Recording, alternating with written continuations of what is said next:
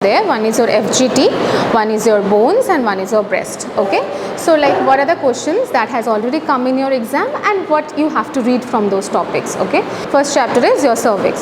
So from cervix, the most important question that is always coming is your cervical cancer. Okay, so tell me what are the types of cervical cancer, the most common histological type of cervical cancer that you know. That is the other name of cervical cancer. What are the types, histological subtypes of cervical cancer? No, that is ovarian tumors. Cervical cancer, histological subtypes, there is squamous cell carcinoma and adenocarcinoma. So if the question is like it has come that write any one commonest type of cervical cancer, right? It's gross and microscopy. So you have to write the squamous cell carcinoma or adenocarcinoma. It's gross and it's microscopy. So don't get confused. Don't bring ovarian tumors in cervix. Okay, you have to be very clear about all those. Next is your, it is a very commonly asked, explain why cervical cancer is preventable. Why it is preventable? Why it is preventable? Yes, HPV DNA. Yes. What is Pap Smear? Yes, you have to write in details about all those tests. Okay, so Pap Smear, then your HPV DNA, that is a molecular testing. If Pap Smear is abnormal, write about one more test, that is your colposcopy. Okay, colposcopy is acetic acid we will put in the cervix and vagina part. If it is aceto-white spots are there, we will take the biopsy from that area and we will do that test. Okay, so these things you have to describe if the question is cervical cancer is preventable. Next we move on to same, another one is there, it has come in your this exam also, HPV virus. It is why it is, you know, it occurs, it is a precursor lesion for cervical cancer, right? So what are the reasons you will write in that? Many of you have written nicely also in this exam, this pre-university. What you will write if it comes? Low risk, high risk, you will write about all those viruses and the little bit about the pathogenesis of viruses and little bit about the test of the viruses. Okay, so what are the same thing will go. Okay, Pap Smear and all those. In age you have to write about, and the vaccines you have to write what it is given in those age groups. Okay, next is from cervix. These are only the common question. Next, about little bit about Pap Smear also you have to know. Okay, details about the Pap Smear, what is conventional Pap Smear, the liquid based cytology. Okay, next we move on to ovary. Okay, so the most important from ovary is classification of ovarian tumor. So what is the classification of ovarian tumors? Anyone, little bit also if you can remember. Louder. No, that is uterus. See, you guys are so confused about the tumors, right? Don't mix up. Uterus is different, cervix is different, ovary is different, endometrium is different. Okay, these are all the part of FGT, but these are different from the, like the tumors are different in location. Don't get confused. Ovarian tumors, teratoma, benign smooth muscle tumor that arises from the uterus, that is also known as fibroid, right? So don't get confused. Yes, don't get confused between any benign and malignant tumor, please. Okay, in your exam, don't get confused. If you write a blunder in your first line that if it is a ovarian tumor, you are writing it is arising from uterus, that is the impression you will create on the external. They will think you don't know the topic, right? So anyone, classification of ovarian tumor, little bit, any serous, like any epithelial stromal tumors, the names you know, or germ cell tumor or sex cord stromal tumors, there are so many, right? Anyone? So any classification, it is a very important question. Okay, any classification if it comes, please write the WHO classification. That is one chart is given in your book. If you open your ovary chapter, the first thing you will get is the classification of the ovarian neoplasm. So under the subheadings, that is your epithelial stromal tumors, you have to write about the serous, mucinous, clear cell, all those subheadings you have to give, and you have to write the complete classification if you want to get the good marks. What are the germ cell tumors of ovary? You are telling teratoma, right? Teratoma is a germ cell tumor. If short note comes dermoid cyst, what you will write? If it comes dermoid cyst, what you will write? Yes. Teratoma, the mature benign teratoma, is also known as dermoid cyst. So don't get confused if same synonyms the other name comes, okay. So you have to write about the teratoma only. So if it comes as a long question also, classification of ovarian tumors, and write any one of the germ cell tumor. So you have to write about any one, okay, like you have to write about the teratoma. If you write about the teratoma, you have to write about the mature teratoma, that is benign, and immature teratoma also. Full you have to write about the gross and microscopy. You cannot get confused. When they have given you write the germ cell tumor, you have to write from the germ cell tumor only, not other tumors, okay. So next, from the ovarian lesion, these are your few important topics. The other ovarian tumors also, like if it has come, write about the epithelial stromal tumors. What you will write? Any one of the epithelial stromal tumors like serous cyst adenoma of ovary. So with that reference, you have to write the gross and microscopy of each of that. Now another is leiomyoma. What you told me? What is leiomyoma? It is not fibrosis. It is also known as fibroid of uterus. It is a benign smooth muscle tumor of, okay, and you have to write about the mutation. You have to write about the gross. How is the tumor? It is well circumscribed. How it is looking? Yes, hold appearance. Yes, yes, yes. Then in microscopy, what you will see?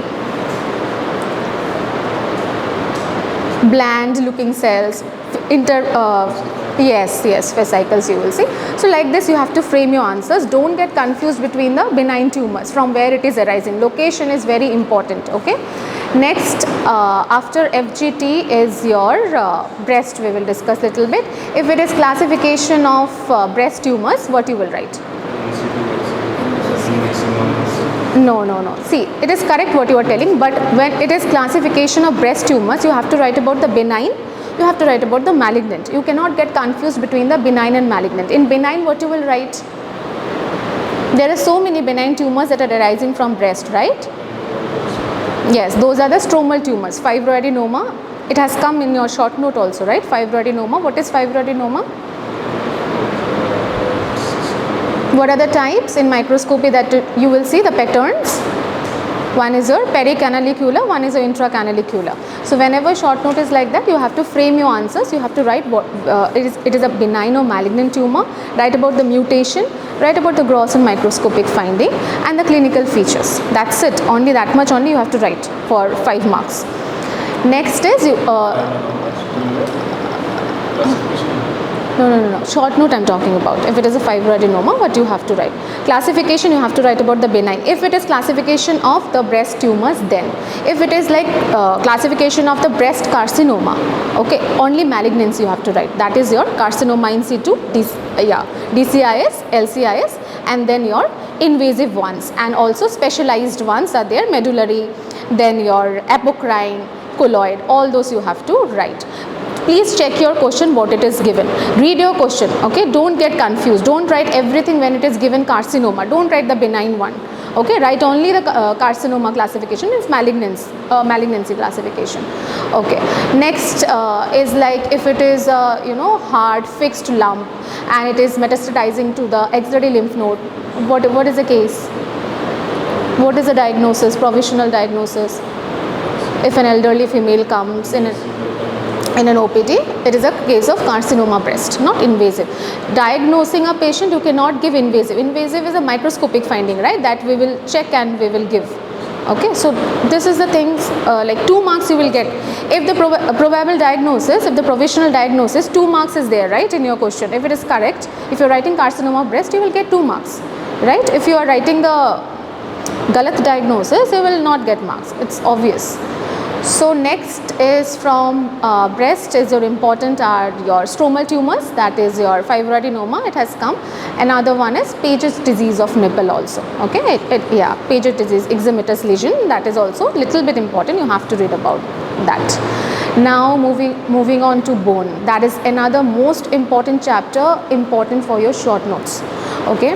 You have to write about the bone forming tumors, benign and malignant, you have to draw a table, okay, benign, malignant. First heading, bone forming tumors. What are the bone forming tumors? Benign, malignant. Cartilage forming tumors, unknown etiology, what are this? Like this you have to write about the classification. If it is a direct question, short note like this time, osteosarcoma, then what you will write?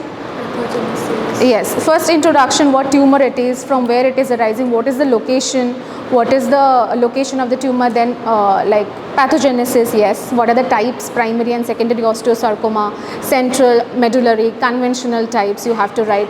Little bit about the radiological findings, if you can give, it is well and good, Cernburst appearance and Codman's triangle if you can give, and your microscopy, and draw a diagram, that's it, your answer is framed, that much only, short note for 5 marks you have to write.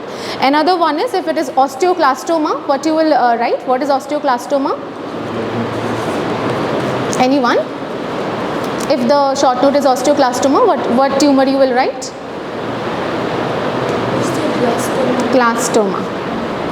It is a giant cell, it is, yes, it is a giant cell tumor of the bone. So they have synonyms, don't get confused between the names. If it is osteoclastoma, you have to write about the giant cell tumor of the bone, same way that I have told you the osteosarcoma. Next is your Ewing sarcoma, another most important short note. Ewing sarcoma, that is a primitive neuroectodermal tumor, okay, small round blue cell tumor. Same way you have to frame your answers with gross, microscopy, pathogenesis, the mutation of the gene, like that. What is sequestrum and what is involucrum? That is from your first year, right? So what is sequestrum? Dead. Yes, it is a dead bone that doesn't have blood supply. What is involucrum? It is a very important difference between, okay, you can expect, one is sequestrum and involucrum, okay. Newborn forming. Newborn forming, yes, good. So that much only. One more thing, that is, I forgot, Krukenberg tumor, right? It has come in your, what is Krukenberg tumor? You don't know, no idea. Gastric carcinoma, and also having bilateral ovarian tumor, so you will think about Krukenberg. Please read all those topics, whatever I have told you. These are only, you know, the things which you can't miss. You have to read about all those things. These are very, very important, and please do well in your exams, okay? Please read, okay? If you are having any doubt, please tell me. I will try to solve it. Little bit you understood, right? How to, what are the questions, how you have to approach your answers, like for 5 marks what you have to write. If it is coming any tumor you write about, please don't confuse. If it is like any, please don't write in paragraphs. Please make a table, make effort to make a table, and please write in a tabulated manner. Give points, write clearly. It should be clear, not in paragraphs. You always write